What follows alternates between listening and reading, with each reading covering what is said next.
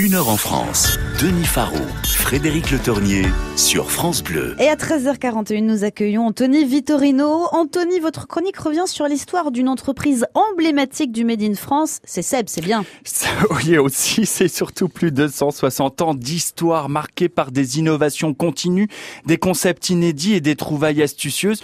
Une marque aujourd'hui implantée dans 63 pays. Et pourtant, cette entreprise, on la doit à un seul homme, Antoine Lescure. Lui n'était pas un industriel né. Non, il était rétameur ambulant, c'est-à-dire qu'il allait de maison en maison pour restaurer les ustensiles métalliques en les plongeant dans un bain d'étain fondu. En 1857, Antoine Lescure s'installe à Selongé, c'est en Bourgogne, pour créer un atelier de ferblanterie. Stop, Anthony, c'est quoi une ferblanterie ? Eh bien, c'est l'art de travailler le fer blanc. De manière générale, c'est le travail des métaux minces que l'on recouvre d'étain. Le ferblantier, c'est son nom, fabrique des ustensiles, des casseroles, des passoires, des moules à gâteaux. Et jusqu'au début du XXe siècle, l'atelier des Lescure assure une production locale. C'est la mécanisation de la production qui va lui permettre de grossir, notamment avec l'achat d'une presse à emboutir qui va venir marquer un tournant.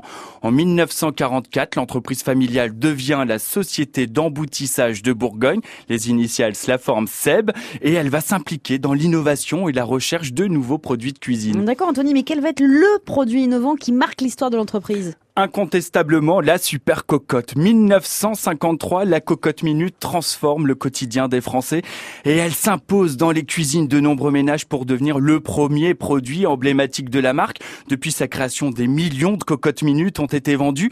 Une entreprise qui veut aussi participer à la démocratisation de l'équipement ménager. En 1962, elle lance son tout premier appareil électrique. C'est une cafetière électrique, très vite suivie du grille-pain automatique. Ouais, on peut dire que Seb a changé un petit peu notre façon de cuisiner. C'est vrai, l'entreprise a toujours été dans la quête de faciliter notre quotidien, mais aussi d'initier des modes. Dès les années 70, avec la sortie de la sorbetière électrique et de la yaourtière électrique, la marque prône déjà le retour à l'authenticité en privilégiant le fait maison dans toutes nos cuisines. Et aujourd'hui, c'est quoi le plus de l'entreprise par rapport aux autres ? Alors, on le sait aujourd'hui, la tendance industrielle, elle est plutôt à l'obsolescence programmée, pour qu'on renouvelle régulièrement nos appareils. Eh bien, le groupe SEB mise lui sur la possibilité de réparer tous ses produits.